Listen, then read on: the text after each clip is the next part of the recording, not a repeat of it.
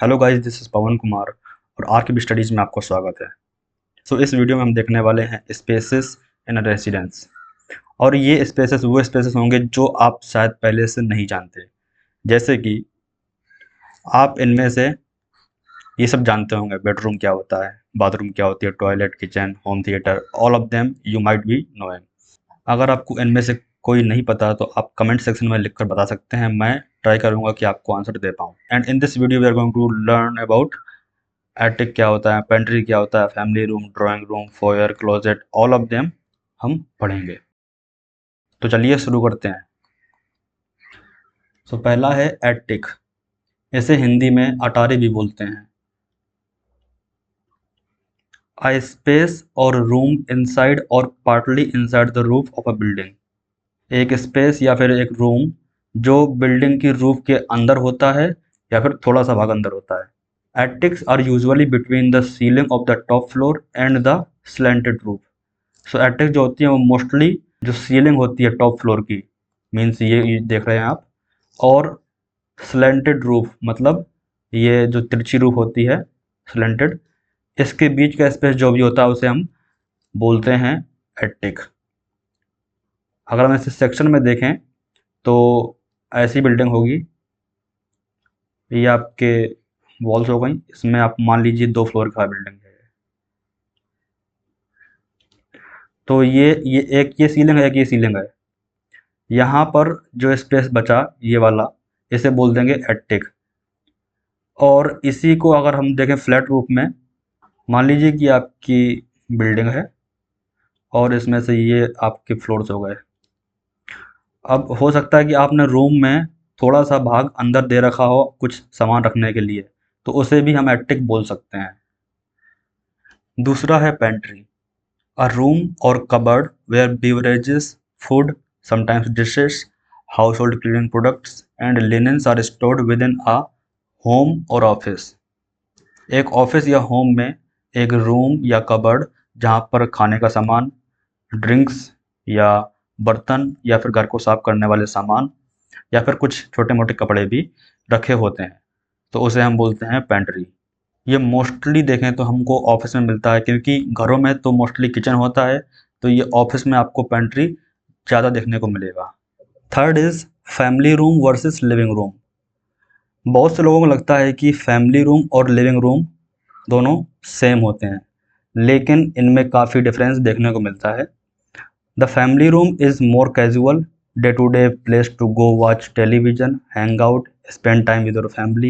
But living room is a more formal place, usually for entertaining guests or for extended family time. Family room क्या होता है, ये थोड़ा सा ज़्यादा कैजुअल होता है। इसमें दिन की जो हम मोस्टली एक्टिविटीज़ करते हैं जैसे चिल करना, टेलीविज़न देखना और अपनी फैमिली के साथ टाइम स्पेंड करना। लेकिन जो लिविंग रूम होता है ये थोड़ा सा ज़्यादा फॉर्मल होता है और ये मोस्टली गेस्ट को एंटरटेन करने के लिए होता है या फिर अपने रिश्तेदारों के साथ टाइम स्पेंड करने के लिए होता है। आई होप ये आप समझ गए होंगे कि दोनों क्या होते हैं। अगर आपको अभी भी कन्फ्यूजन है तो आप कमेंट सेक्शन में लिखकर बोल सकते हैं। आई होप कि आप इस वीडियो में कुछ नया सीख रहे हैं। तो अगर ऐसा है तो प्लीज़ वीडियो को लाइक कर दो और इस चैनल को सब्सक्राइब कर दो ताकि ऐसी ही वीडियो आपको और मिल पाएँ। तो चलिए आगे देखते हैं। Fourth is drawing room. Drawing rooms are mainly used for entertaining guests. Drawing rooms are similar to living rooms, but they have a more formal, conversation-centric purpose, and they are often well-groomed and decorated with bookshelves, sofa sets, and center tables. The decor is simple and mainly functional. तो इसका मतलब है drawing room जो होते हैं वो mostly guest को entertain करने के लिए बनाए जाते हैं, और ड्राइंग रूम लिविंग रूम की तरह होते हैं, लेकिन इनका जो पर्पज़ होता है वो मोस्टली फॉर्मल होता है और बातचीत करने के लिए बनाए जाते हैं। और इनमें काफ़ी अच्छी तरह से बुक शेल्फ्स, सोफ़ा सेट्स और सेंटर टेबल लगाए जाते हैं। जो इनमें सजावट होती है बहुत ही सिंपल होती है और मोस्टली काम की होती है। कुछ भी मतलब ऐसा नहीं होता कि जो जिसका पर्पज़ ही ना हो, कुछ यूज भी ना हो, वो आप यहाँ पर लगा दो, ऐसा कुछ भी यहाँ पर आपको देखने को नहीं मिलता। अगला है foyer. A foyer is the space you step into as you enter your home through the front door, or think of a foyer as a landing space when you walk through the front door of a home, and this can also be said as lobby और reception in different context. इसका मतलब ये है कि जैसे ही आप front door से घर के अंदर इंटर करते हैं, जो वो स्पेस होता है उसे हम बोलते हैं फॉयर। या फिर इसे आप ऐसे बोल सकते हैं कि आपने मेन डोर से इंटर करते हैं, जहाँ पर आप खड़े होते हैं, लैंडिंग स्पेस, उसे बोल सकते हैं फॉयर।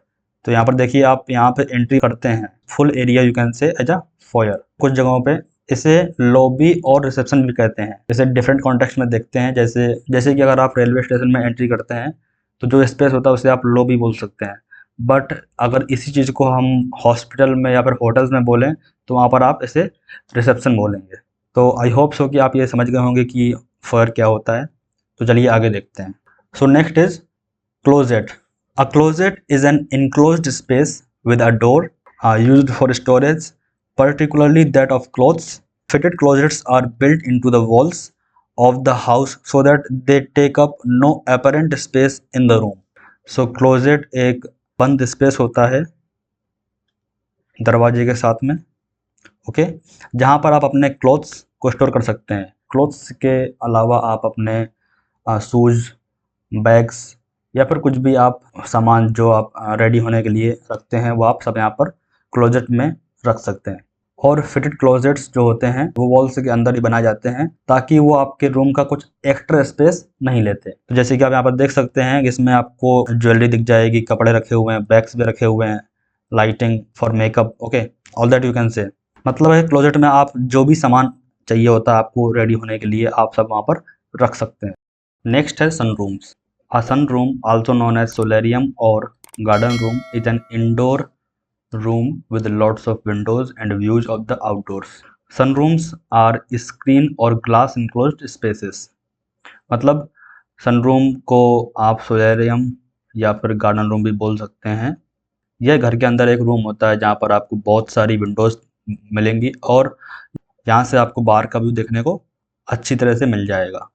और सनरूम्स जो बने होते हैं वो मोस्टली स्क्रीन से या फिर ग्लास से बने होते हैं, क्योंकि इनमें आप अच्छी अमाउंट ऑफ सनलाइट रिसीव कर सकते हैं। तो ये विंटर्स में एक बहुत अच्छा ऑप्शन बन जाता है सनलाइट को एंजॉय करने के लिए। अगला है mud room. A small room or entryway where footwear and outer clothes can be removed before entering a house. A mud room keeps your home clean and minimises messes. So घर के अंदर एक छोटा सा room या फिर entry वे जहाँ पर आप अपने फुटवियर या फिर आउटर क्लॉथ से रिमूव कर सकते हैं। सो मड रूम आपके घर को गंदगी से दूर रखता है और क्लीन रखता है। ऐसा इसलिए कि मान लीजिए आप बाहर से आ रहे हैं तो हो सकता है कि आपके जूतों में गंदगी हो या फिर आपके कपड़ों में कुछ डस्ट हो।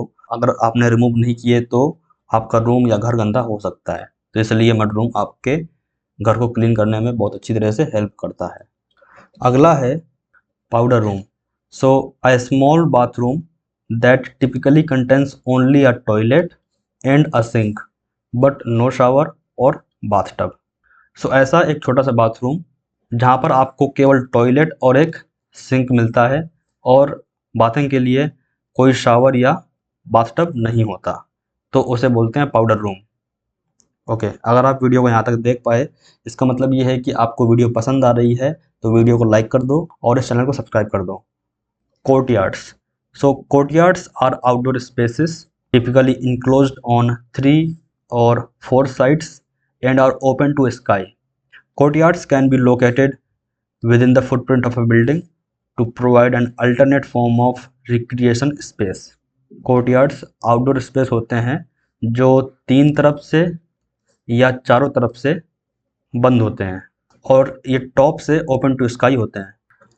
कोर्टयार्ड्स बिल्डिंग की बाउंड्रीज के अंदर भी हो सकता है, जो कि आपको एक alternate form of recreation space बनाएगा, जहाँ पर आप फ्री टाइम में हैंग आउट कर सकते हैं।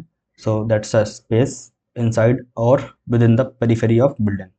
तो जैसे कि आप देख सकते हो, यहाँ पर ये जो बिल्डिंग है इसमें 3 साइड से बंद है, इसमें चारों साइड से बंद है, तो ये दोनों ही तरह के हो सकते हैं। सो अगला है porch versus portico. A porch is an area you can entertain, have seating and relax. In contrast, portico is a transitionary space leading from outside in. Porticos are not used for entertaining and have a more functional purpose. So porch एक ऐसा area होता है घर में जहाँ पर आप entertain कर सकते हैं, बैठ सकते हैं या फिर आप रिलैक्स कर सकते हैं। लेकिन जो पोर्टिकोज होते हैं वहाँ पर आपको इंटरटेन नहीं कर सकते। इनका जो पर्पज होता है वो मोर ऑफ फंक्शनल होता है, मतलब जो जिस लिए बनाए गए हैं उसी काम के लिए यूज होंगे। जैसे कि यहाँ पर लिखा हुआ है ट्रांजिशनरी स्पेस, मतलब जब आप बाहर से अंदर आएंगे तो जो बीच का स्पेस है इसे बोलते हैं पोर्टिको। इसमें यहाँ पर आप बैठ सकते हैं, एंजॉय कर सकते हैं, और it is mostly under the roof. अगला है पेसियो। पेसियो is an outdoor space that is usually paved and used for recreation और dining. It is often found in the backyard and is often made from stone pavers or poured concrete. पैशियो एक outdoor space होता है, ये mostly घर के पिछले portion में मिलता है, मतलब बैकयार्ड में। स्टोन पेवर्स और पोर्ड कंक्रीट से बना होता है। पेवर्स क्या होते हैं?